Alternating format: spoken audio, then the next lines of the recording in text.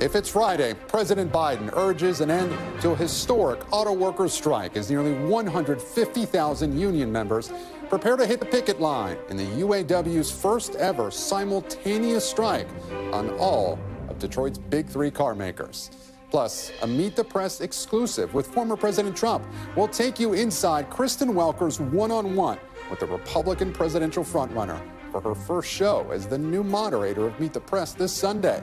With no topics off limits, from his actions on January 6th, his 91 criminal counts, and his current view of Vladimir Putin, and the piling up of political problems facing the White House that has voters questioning whether President Biden has what it takes amid the partisan warfare of a looming impeachment inquiry and new legal issues facing his son, Hunter Biden.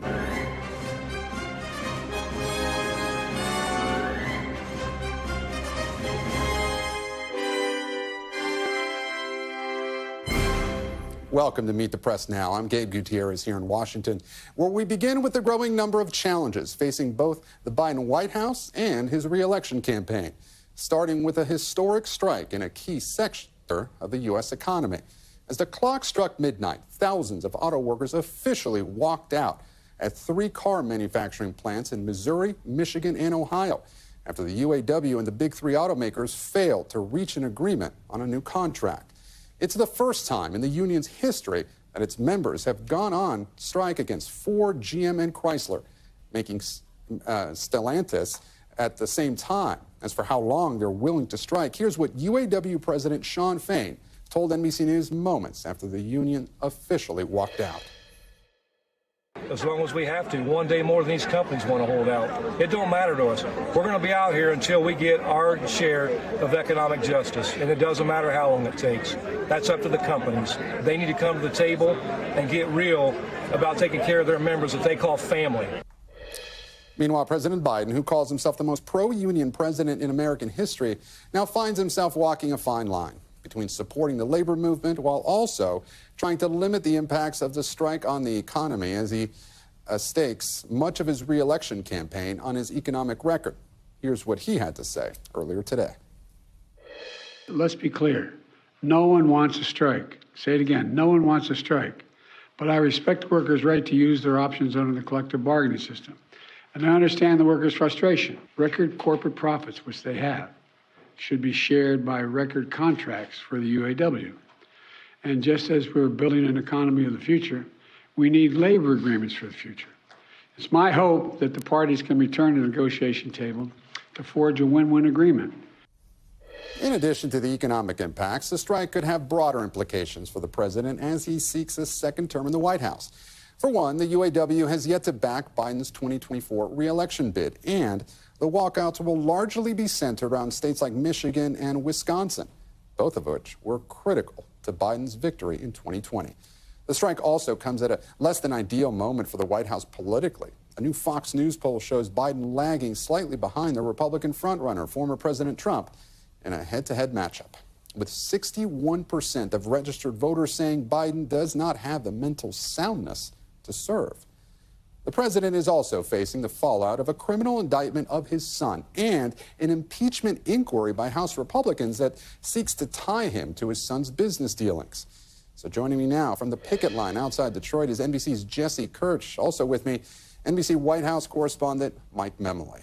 Jesse, the UAW is officially striking against the three automakers. So why did the negotiations break down? Yeah, so Gabe, if you ask either side, the other side was not negotiating on the same level. The UAW is accusing the big three automakers, Ford, GM, and Jeep owner Stellantis, of dragging their feet until the final days. We've heard from both the GM and Ford CEOs in the last 24 hours or so, and they've told us that it wasn't until last night when they received the first substantive counteroffer from UAW. So the finger pointing is ongoing. We know that negotiations in theory will continue, but for the moment they are suspended from the UAW side. The union had announced a couple days ago that on the 15th they would not be negotiating because leadership would be striking with their workers. I talked about this with CEO of GM, Mary Barra, earlier today. Here's part of what she told me. your understanding is UAW is not even going to negotiate with you today. Yes, my understanding is no negotiations today. I will tell you our team is at the table ready to continue and do the problem solving we need to do to get people back to work. For every GM job, there's 6 other jobs that are associated with it, and that's why the ripple effect can happen so fast. It's not going to be good for the economy. It's not going to be good for anyone. Barr there, Gabe, is underscoring one of the other concerns that's out there around all this is a ripple effect well beyond just those who are striking. Of course, there could be other auto workers impacted if layoffs happen down the line. That's something that the Ford CEO yesterday was warning is a potential based off of who's striking. But then there are other pieces of the economy as well that are of concern, too. So, Jesse, the union's asking for 40% pay increases in some cases. So how far apart are the union demands from where the companies are at right now? Yeah, so yesterday, or overnight, I should say, just after midnight, Shawn Fain told me that they have made counteroffers. He wouldn't get into specifics. I was asking him if they've put out any olive branches because we have seen concessions specifically on pay from the big 3 automakers. He wouldn't get into specifics. I asked earlier today the CEO of GM about what the pay offer that is being made by UAW is right now, and she wouldn't get into that specifically with me either. But we know publicly, based on what has been asked demanded by UAW, there's about a halfway point still to go.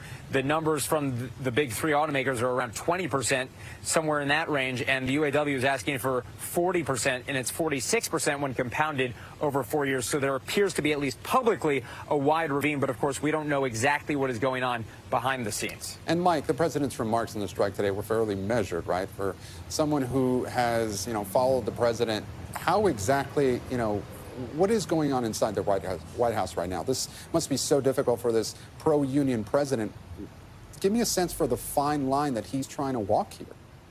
Yeah, Gabe, this is such an interesting political moment for the president. I've spent a lot of time over a long period of time with President and Vice President Biden over the years. And he, of course, styles himself, as you say, as the most pro-labor president in history. When he was vice president, he took the lead in championing the auto industry bailout. He was essentially the co-mayor of Detroit for a period of years as he was helping to rebuild the city, frankly, and keep it financially solvent in the wake of the Great Recession. But his heart, of course, is with union workers. That's some of his favorite political audiences. And you see him at every turn here publicly making sure to stand for workers and their right to collectively bargain. But he's also cognizant of the fact that one of the major issues in this negotiation is the shift to electric vehicles and the fact that auto workers are concerned that that is going to, over time, deplete their workforce. You also have a president who intends to and feels he has a strong case to run on the economy, but a long disruption here could potentially put that in jeopardy. So I think you're going to continue to see the president do as he did today, stand with workers, try to reiterate that he believes they have a right to seek better wages, that this is something that is good for the economy as a whole, but privately make sure that workers are acting in their own best interest here and that the leadership of the big 3 are also coming to the table with a fair mind in place here to make sure that it's a good deal for both sides. And Mike, it also can't be ignored that we're heading into an election year where Michigan is a key swing state. So the UAW has yet to endorse anyone. Is the president counting on that endorsement? Well, we saw so quickly after the president announced his reelection bid just a few months ago how many major labor unions came forward to endorse him quickly, unprecedentedly quick. The UAW, a key outlier in that. But what the White House and what the Biden campaign has been very quick to point to, especially today, is the fact that Shawn Fain, who we're hearing quite a bit from, has been emphatic in the idea that the former president, Donald Trump, is not somebody who could win the support of auto workers based on his past comments about especially shifting some of those jobs into more labor-unfriendly states in the South especially.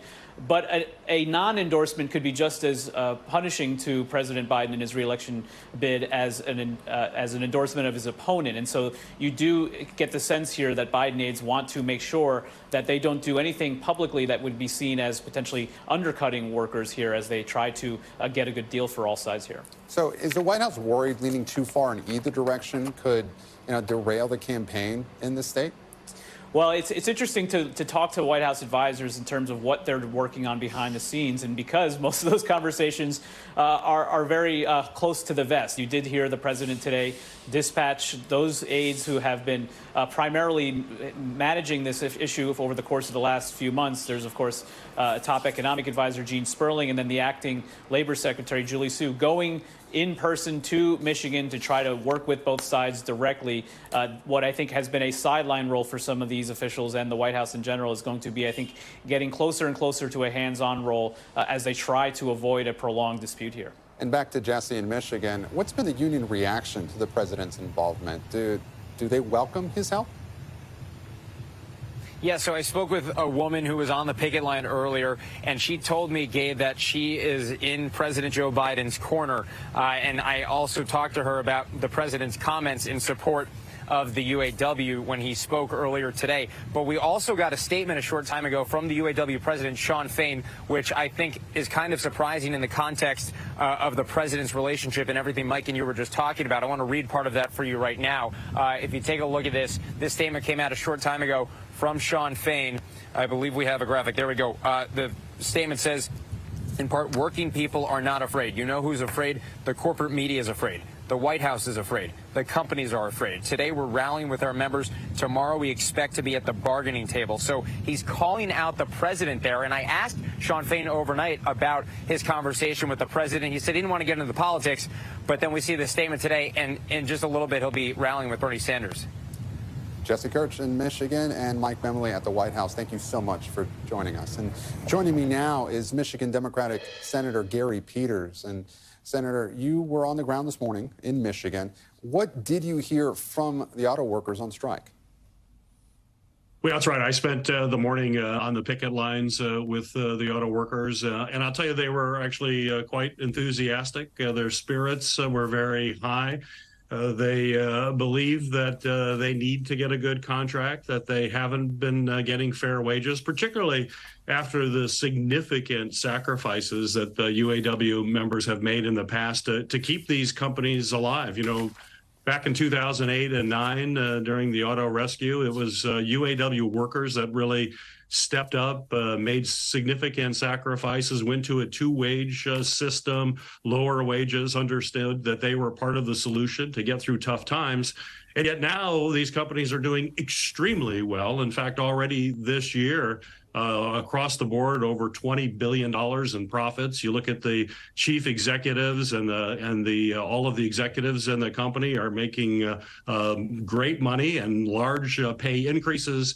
And that has not been happening for the workers. And so clearly the workers believe, and I support them, and I'm standing with them on the picket line, that they certainly deserve fair wages and good benefits. And they should be able to participate in the good times, just like they were willing to sacrifice when the times were rough. They certainly helped make GM and Stellantis survivors during a very difficult time. Now they believe they should share in the rewards. And Senator, you mentioned 2008 and 2009. I was actually a reporter, local reporter in Flint, Michigan at the time. I covered GM's bankruptcy, and I was there for what was a very difficult period in the auto industry, as you just mentioned. Put it in perspective for our viewers. How far have we come from those dark days of the Great Recession, 2008, 2009, and where the auto industry is now compared to what it was 15 years ago?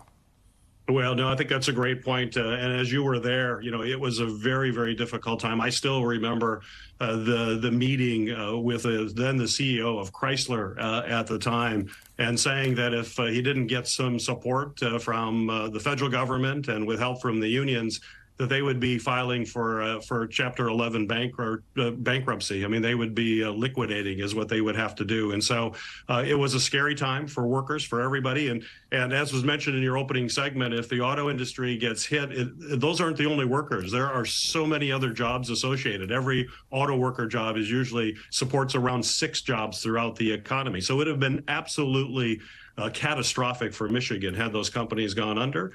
They haven't. They've rebuilt. They've got great products. They're selling very profitable vehicles. As I mentioned, they have record profits right now. The key executives have seen large increases in their payoffs and in their pay. And it's time for workers to be able to share in that. At the same time, Senator, a lot of Americans across this country might look at some of the demands right now, the 40% pay increase over the next couple of years. And I understand that that is due to what the union says is these huge payouts, these huge salary increases for CEOs. But is there a danger here in terms of the public perception? Is there a danger that the union could be overreaching here and that many Americans might see these demands as just too high? Well, right now, certainly these are what is out as demands. As it goes through the negotiation process, it's not likely to end up exactly where you start as you go through that process. But you also have to look at these numbers in terms of the inflation rates that we have seen here recently, and the fact that this is a new contract, picking up from a contract that was signed before we saw these high inflation rates. But bottom line, I think this strike is about more than just the UAW and the auto workers. It is about workers across the country who understand that the middle class has been shrinking. It is a struggle for folks. And yet you see very large profits, you see stock buybacks, you see an awful lot of money in the economy, but not coming to everyday people. And I think it's a major reason why, if you look at public opinion polls right now of the broad public, and you ask them how favorable do they view unions, actually, it is equal to the highest amount back in 1963. We haven't seen these high favorability numbers for unions since 1963, which was a very golden time for unions. And if you think about that, in 1963, the average CEO made about 30 times more than the average worker. Today, it's about 500 times more than the average worker. And folks are saying this is not working right, especially young people. If you look at younger folks, that's why you're seeing drives in Starbucks and other areas where people are looking to unionize, because people realize that they need to collectively come together in solidarity and stand up. And Senator, you alluded to this in one of your answers, but what do you make of those warnings of the effects that the strike could have on Michigan's or the nation's economy? GM CEO Mari Barra, of course, she has a vested interest in this, she's warning that inventory could become tightened. And Moody's says that the strike could, quote, undermine Michigan's position in the economy. So with those stakes so high, do you think that President Biden should take a more active role in these negotiations? Well, there's no question we don't want to have a long strike. You never want to strike. So this is not something that anybody wishes on anybody. And the workers who are on strike, as I was out there today, they were filling out their paperwork to get their strike pay of $500 a week. This is going to be a sacrifice for those members. So no one wants to see the strike go long. It does have an impact. And I think that puts pressure on both sides to come together and find an agreement that they can live with. But I think you also have to look at the long-term benefits of this strike, and hopefully we'll have a successful conclusion of it very quickly. But if you put more money into the pockets of workers, if you put more money into middle-class Americans, they spend that money. It is actually incredible stimulus for the economy. I don't believe you can have a strong economy if you don't have a strong and vibrant middle class.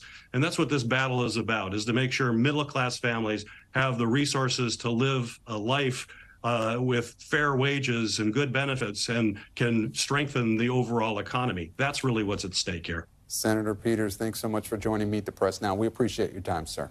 Let me bring in another Michigan lawmaker, Democratic Congresswoman Debbie Dingell. And Congresswoman, what you make of the president's remarks today? We reported he spoke to both the union and industry leaders yesterday. So are you satisfied with the president's public response, given how often he touts his pro-labor credentials? So, look, I've been probably more engaged than most people, talking to everybody on both sides, and spend a lot of time in union halls. I am not somebody that believes that this president should intervene in this strike or where we are. This is something that's got to be resolved between the companies and the workers. I think it's very important that the president show the workers he is standing with them strong. They're looking for that signal.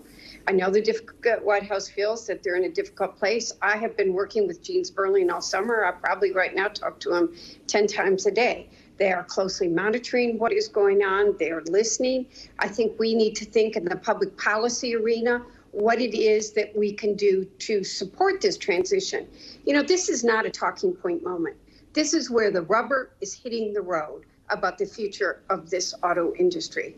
I'm not old, but I'm seasoned. I've watched a lot of contract negotiations, and this, without fail, is the most important one I will probably witness in my lifetime. Certainly, Congresswoman. I know you've been around the auto industry a very long time, but I understand you, and I appreciate what you say, that this needs to be negotiated between the workers and the car makers. But given that President Biden, this is one of his main issues, is there a danger for him appearing too hands-off here? Well, I think he does need to show people that he is engaged. It's monitoring. What kind of policies can he help do? I've said for a while, I've said to everybody, we got a problem with labor. In that I'm in the union halls. I am in a union hall during the pandemic. I wasn't able to, but every weekend I am in a union hall. I'm going to tell you, in 2015, 2016, I warned Democrat Donald Trump could win Michigan, and everybody thought I was crazy. Now, I know, but I've talked to the president. I mean, anybody who knows me knows I talk to everybody to make sure that they understand what the issues are. And, you know, part of the issues in this contract are very clear. COLA. My colleague, Senator Peters, talks about it, but people don't understand that the union workers gave up COLA in 2008 and 2009, have not had a cost of living adjustment since those times, and now their real wages are almost 10% behind where they were in 2008 and 2009. We have to address the tier system, but not even in these contract negotiations, and probably what is the most important issue, but you can't talk about it because of labor law, is that transition to the battery, from the internal combustion engine to the battery. Who's going to make those batteries? How are they going to be paid? Where are they going to be built? And we do have a role to play in that. I consistently and constantly tell my colleagues that as we go to EVs, we've got to address the foundation that's got to be there and in place. And it's not either or, it's both. But the worker has to have a just transition. We have to watch out for the worker in this transition period. Certainly, Congresswoman, a critical inflection point in the history of the auto industry. But let's talk more about the president's campaign. We showed a poll earlier that more than 60% of Americans do not believe that President Biden is mentally sound enough to serve as president. That number includes a quarter of Democrats and nearly 70% of independents. So what do you make of those numbers? So first of all, I'm going to tell you that everybody knows this at MSNBC, and Chuck Todd knew it well. I don't believe in polls, because you all keep giving me all these polls and told me I was crazy when I said Donald Trump was going to win Michigan. And I was right and you were wrong. And I'm in those halls and I know what people are saying, and it's a year out from this race. So this is just another poll that's an inflection of time that you all are going to use to make a lot of noise about. I'm going to listen to what the voters are really thinking and what the choice is going to be and who it's going to be between. Now, President Biden has got to show people how engaged he is, what he's paying attention to, making sure he's fighting for those issues that working men and women across this country care about. He's going to do it during this auto strike. He's going to do it for the next year. And ask me next October what I think and who's going to win, because I get out every weekend. I talk to real people. Polls don't talk to real people. Congresswoman Dingell, we cover a lot of things on this program. We cover polls, we cover voices of voters, we cover politicians. We greatly appreciate your time here for speaking with us about a very important issue. Thank you, Congresswoman. Thank you. And up next, Kristen Welker, the new moderator of Meet the Press, is here after her exclusive and wide-ranging interview with the 2024 Republican frontrunner Donald Trump. What he told her about potentially pardoning himself and Russian President Vladimir Putin. His comments on that next. And new troubling poll numbers for an incumbent president seeking re-election as the crisis and concerns pile up. Can the Biden campaign navigate the rocky road to 2024? That's ahead. You're watching Meet the Press now.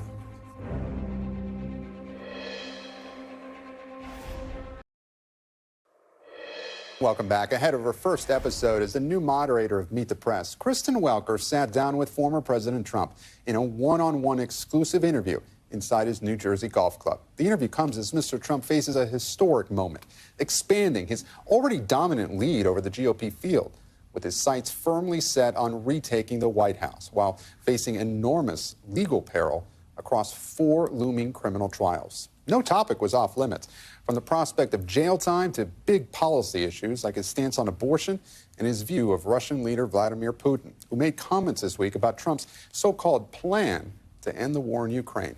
Take a listen. I want to ask you about something President Putin said about you this week. I don't know if you've seen it. This was very recent. President Putin said, quote, "We surely hear that Mr. Trump says he will resolve all burning issues within several days, including the Ukrainian crisis. We cannot help but feel happy about it." What do you make of that? Do you welcome his support? I like that he said that, because that means what I'm saying is right. I would get him into a room, I'd get Zelensky into a room, then I'd bring them together and I'd have a deal worked out. I would get a deal worked out. It would have been a lot easier before it started. Essentially, for 4 years, I kept them from doing anything. Because you know what? I will tell you this. I've never said this. Ukraine was the apple of his eye. I said, don't ever do it. Don't ever do it. He would have never done it. But again, oil prices. He wouldn't have done it because of me, but oil prices. The prices were so high that he had so much money. So he had all this money to prosecute the war. The one who drove up the prices was Biden. Given that President Putin has bombed maternity wards, 20,000 kids kidnapped from Ukraine by Russia, mass graves. Yeah. Do you welcome his support, his all but endorsement? Look, I had a very good relationship with him, and yet nobody was tougher on Russia than me. I stopped Nord Stream 2. You never heard of Nord Stream 2. That was the pipeline until I got involved. I said Nord Stream 2, people that were sophisticated, military people and political people, never heard of Nord Stream 2. I had it ended. The pipeline was dead. Biden came in and he approved it. There was nobody tougher than me with Russia, and yet I got along with Putin. Let me tell you, I got along with him really well. And that's a good thing, not a bad thing. He's got 1,700 nuclear missiles, and so do we. But look, that's a good thing. Getting along is okay, but I got along through strength. And the war would have never happened. The war would have never happened. Now what's happened, it's so bad. The oil price is so high. It's hard to get it stopped. The oil price is so high. When he goes above $50 and $60 a barrel, he makes a lot of money on the war. Now, it's a humanitarian thing. It's a lot of different reasons, but I will get that war stopped. And you can catch much more of Kristen's interview this Sunday on Meet the Press. And joining me now on set, here it is, Kristen Welker, the new moderator of Meet the Press. Thank you so much for being here with us, and congratulations on that huge interview. Gabe, thank you so much. It's great to be with you. Well, it's good to have you here. And I want to talk to you a little bit more about that exchange regarding Vladimir Putin. Did the former president give any details on how he would come to this deal? He said he'd end the war very quickly. What exactly did he mean? And did he say how often he talked to Vladimir Putin when he was president? He didn't, but you're absolutely right. That's the key question. How are you going to end a war in 24 hours? A lot of people hear that and say it's just not realistic. He wouldn't give specifics, but I pressed him, Gabe, on the idea of if you were to end this war in 24 hours, isn't that effectively giving Putin a win? Because he would therefore be able to hold on to the territory that he's illegally occupied. The former president disputed that and said that wouldn't be a part of any deal. It's hard to see how it wouldn't be, but this is an ongoing challenge. And again, not giving any new details about the specifics of that 24-hour timeline, which by a lot of accounts doesn't seem realistic to many people. And of course, as you know, Kristen, the Ukrainians would, you know, according to all the experts and according to the Ukrainians that I've spoken with, they wouldn't give up, they wouldn't agree to any deal that gave up any of their territory. So he didn't get into specifics. And that's something the former president often does, right? You also spoke to him about these negotiations with the UAW and Big Three. He talked about a grand deal, but would never get into specifics. That's so interesting. He said he would make a deal between UAW and the big auto manufacturers, and of course, the entire country watching this massive standoff. Look, he is a businessman. He wrote The Art of the Deal. So we know that this is a part of who he is as a politician as well. But you're absolutely right to point out that the devil's in the details. How does it actually get done? It was notable when he weighed in on the UAW standoff, obviously going on against the backdrop of a major and critical battleground state, Michigan, which former President Trump won in 2016, but then lost to President Biden in 2020. By the way, the Biden campaign blasting former President Trump for what he said about UAW, effectively saying that he's the one who sent manufacturing jobs overseas and that manufacturing has increased faced in recent And years. Kristen, in this interview, you also got him to weigh in on some of his legal obstacles on the record for the first time. And he told you that he was given the option to pardon himself, right, at the end of his administration. Let's take a listen at some of what he told you. Mr. President, if you were reelected, would you pardon yourself? I could have pardoned myself. Do you know what? I was given an option to pardon myself. I could have pardoned myself when I left. People said, would you like to pardon yourself? I had a couple of attorneys that said, you can do it if you want. I had some people that said it would look bad if you do it, because I think it would look terrible. I said, here's the story. These people are thugs, horrible people, fascists, Marxists, sick people. They've been after me from the day I came down the escalator with Melania, and I did a great job as president. People were acknowledged. Great economy, great jobs, great this, great that, rebuilt the military, Space Force, everything. I could go on forever. Let me just tell you. I said, the last thing I'd ever do is give myself a pardon. I could have given myself a pardon. Don't ask me about what I would do. I could have, the last day, I could have had a pardon done that would have saved me all of these lawyers and all of these fake charges, these Biden indictments. They're all Biden indictments, political. They indicted, they want to arrest their political opponents. Only third world countries do that, banana republics. So, ready? I never said this to anybody. I was given the option. I could have done a pardon of myself. You know what I said? I have no interest in even thinking about it. I never even wanted to think about it. And I could have done it. And all of these questions you're asking me about the fake charges, you wouldn't be asking me, because it's a very powerful thing for a president. I was told by some people that these are sick lunatics that I'm dealing with. Give yourself a pardon. Your life will be a lot easier. I said, I would never give myself a pardon. Even if you were reelected in this moment? Well, I think it's very unlikely. What did I do wrong? I didn't do anything wrong. You mean because I challenged an election, they want to put me in jail? So interesting, you know, the television performer kind of teasing. I've never said this before. So, Kristen, I want to ask you, look, you covered the Trump administration. Of course, you were the moderator of that critical debate in 2020. You've dealt with the former president so many times. What struck you about this interview in particular? What was his demeanor like? Did he seem a different way? His answers to his questions? What struck you most? Look, I think he was incredibly defiant in this interview, particularly as you heard him say. I did ask him repeatedly about the legal challenges that he is facing. I asked him if he fears going to jail, and he said he doesn't. He said, I'm wired differently.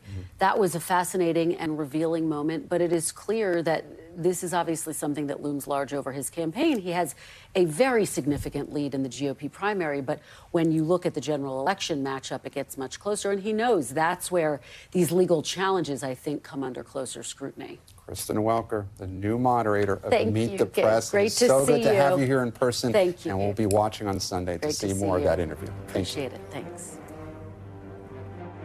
Make sure to catch more of Kristen's exclusive interview with former President Trump this Sunday, only on Meet the Press.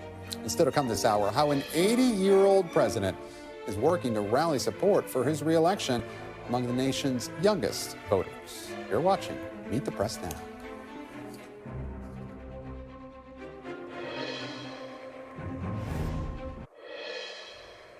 And welcome back. As we've noted, the headaches facing the president are piling up.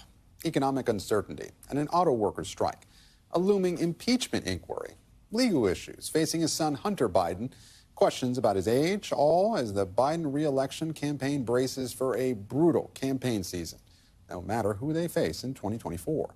New numbers from Fox News have President Biden running neck and neck with all of his potential Republican rivals. As we showed you earlier, in a national poll, President Biden trails the Republican frontrunner Donald Trump by 2 points. That's within the margin of error. But it is a notable decline from Fox's August poll, when Mr. Biden led Trump by 3 points. The other potential Republican nominees are also within the margin of error with the president, with Nikki Haley, Vivek Ramaswamy, and Mike Pence narrowly leading Mr. Biden. The strongest hypothetical matchup for the president? Florida Governor Ron DeSantis. What it means for the White House and the Republican primary. The panel is next.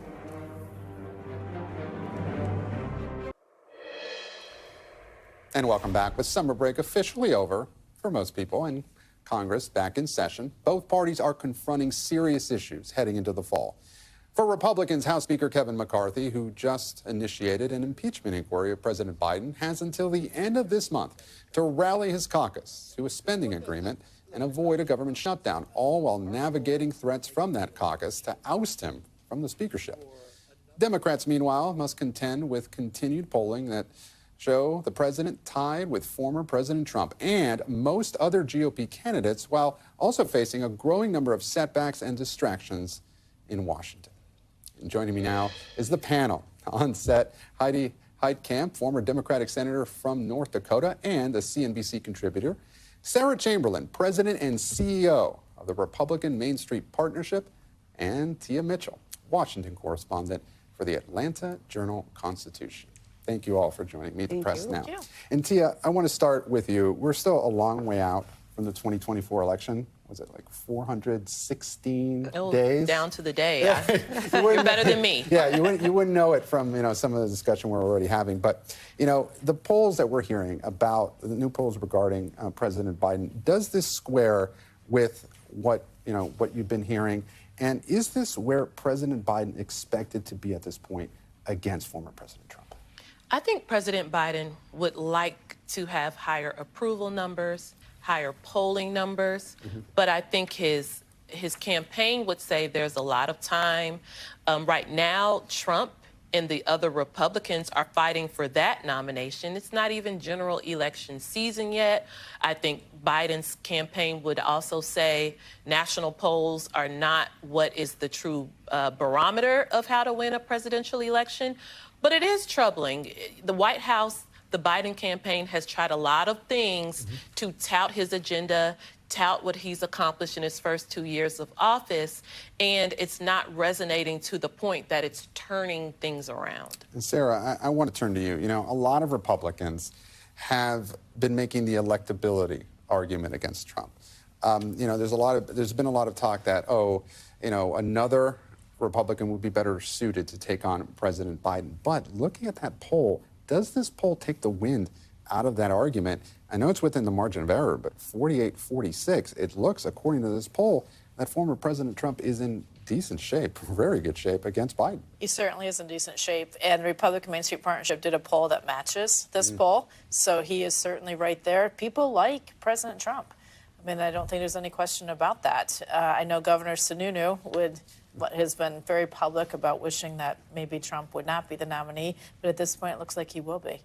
So, it doesn't even matter what is going on with the law and the indictments. I want to turn to Heidi now. To win a campaign, you need to motivate voters, as you know. That's right. Now, the poll also shows that 50% of all voters are dreading a Trump-Biden rematch, including 60% of Democrats and independents. So the voters say they don't want a rematch. But it looks like they're going to get it, right? Well, who knows what's going to happen between now and Election Day. But, one of the things that the Republicans need to be very concerned about is that once the choice is just between Biden and Trump, there will be people who will, not necessarily favorable to the president, but who do not want Trump to be president again. And so I think that the best bet that you have right now is that Trump being the opponent for Biden gives Biden a headwind, or it gives Trump a headwind that Biden doesn't have. But, the one thing that I will say, and I think the administration has a little bit of an ostrich symptom here. Head in the sand, pay no attention. We've got a great story to tell. Well, you got to start telling the story, because first impressions in politics matter.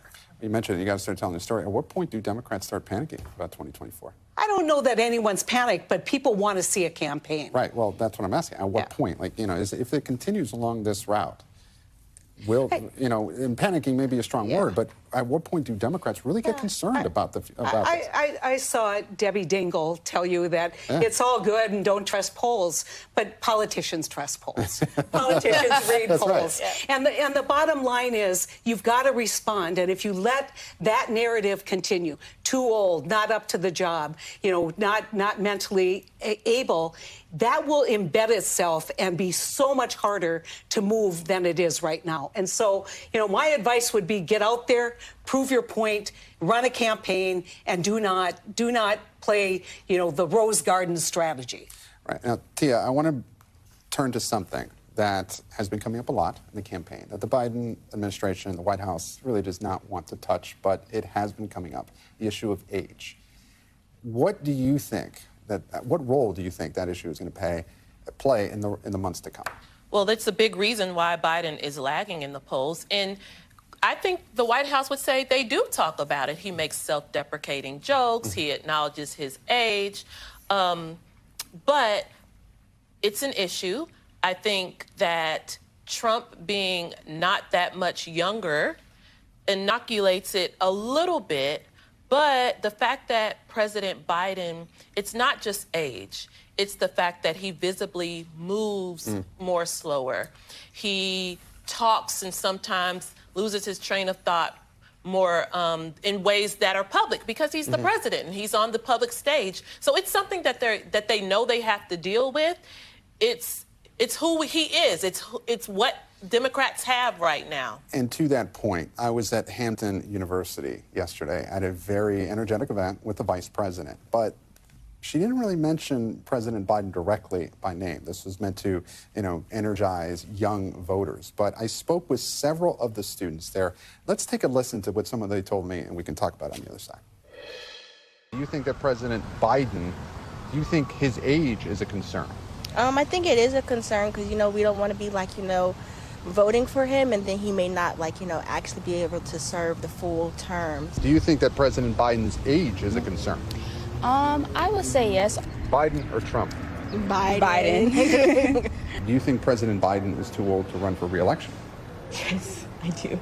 Really? I do. I think it's good that he has Kamala Harris because she's young and she fits in a lot of demographics, so she might be able to provide a fresh mind on a lot of topics. But President Biden himself, I feel like this should be his last year in office. So look, they were blunter than I anticipated. Some of them saying, "Oh, he might not be able to make it to the end of his term." However, at the same time, when I asked them Biden versus Trump, they obviously said Biden, and that squares with a recent NBC News poll that we had. That despite concerns about age, young voters ages 18 to 34, they will go for President Biden by a wide margin, 60 to 35, I believe it is. The question is, can those voters actually turn out? Are those voters, even though they support President Biden and Vice President Harris, are they going to get out to the polls? One thing I would tell you, and it should not be underestimated, and that is choice. Women's reproductive rights, once again, will be on this ballot. If there is a clear differential between the Republican Party and the Democratic Party, we're going to see young people voting issues like climate, voting issues like choice. And so, let's not put too fine of a point on it because this is a race between two individuals. But the issues for young people are on the Democratic side. And absolutely, that is something that Vice President Harris really stressed in her remarks yesterday. Also today, she was in North Carolina talking about climate change, gun safety, reproductive rights. That's a theme she's hitting over and over again. But, Sarah, I want to get your take on this. What you just heard, from those young voters, what do you make of that? And can Republicans also turn out their young voters as well? Well, we don't have as many young voters. That's true, Let's just be honest. That's right. But I'm not sure those voters are going to turn out. I have a daughter that's about that age. She's 17 now, and she thinks Biden is too old. He is older than her grandfather on both sides. So that's a little scary. I'm not sure these kids are going to turn out. They're going to talk about it, but will they really go and vote? The Democrats need them to vote, though. It was very interesting. Another group that I also talked to, they said that they grew up on the Obamas, and they viewed, former President Obama as their dad. He had young children in the White House, but they look at President Biden as their grandfather. Right. And as Sarah said, he's older than a lot of the young people's grandfather. He has grandchildren that are older than those college students you spoke to. Right. Well, thank you, Tia, so much. Heidi and Sarah, thank you so much for joining us here on Meet the Press Now. And coming up, much more. And as we go to break, a look at what Republican voters on the trail have been telling our NBC team of campaign embeds on the ground about President Biden's age and whether it's also an issue for Donald Trump. Stay with us. Are you concerned about President Biden's age? I am. Not so much age as his mental faculties. I feel like he's being pressured and propped up. Do you think Trump is too old to be president? He's getting there, but I tell you what, he is sharp as a tack. There's nothing wrong with his mind. Not at all. No. I'm looking at my 62. Trump's age is, he has bigger problems than his age. Well, I think everyone ages differently. Oh, nice. And I think that Trump is probably blessed with that ability to, like a Mick Jagger, like he'll be young forever. Welcome back. Today marks the first day of Hispanic Heritage Month, a celebration of the history and contribution of Hispanic Americans. To honor those contributions, Congress approved the funding for the National Museum of the American Latino in 2020. And while the museum itself is still more than 10 years away from opening its doors, a proposed exhibition about the Latino youth movement sparked outrage from some on the right, leading the exhibition about Latino political activism to be put on pause. And joining me now is Jorge Zamanillo, the founding director of the Smithsonian's National Museum of the American Latino. And Jorge, thank you so much for joining me at the press. Now, first, tell us a little bit about the significance of this museum and what it took to get here. Well, this museum was years in the making. It goes back over 30 years. A small group of people trying to get a Latino history presence on the National Mall in Washington, D.C., to tell our story, to have representation. And 2020, the legislation was passed, and we hired a director, myself. We created a board of advisors, trustees, and now we're looking for a site to build a museum on.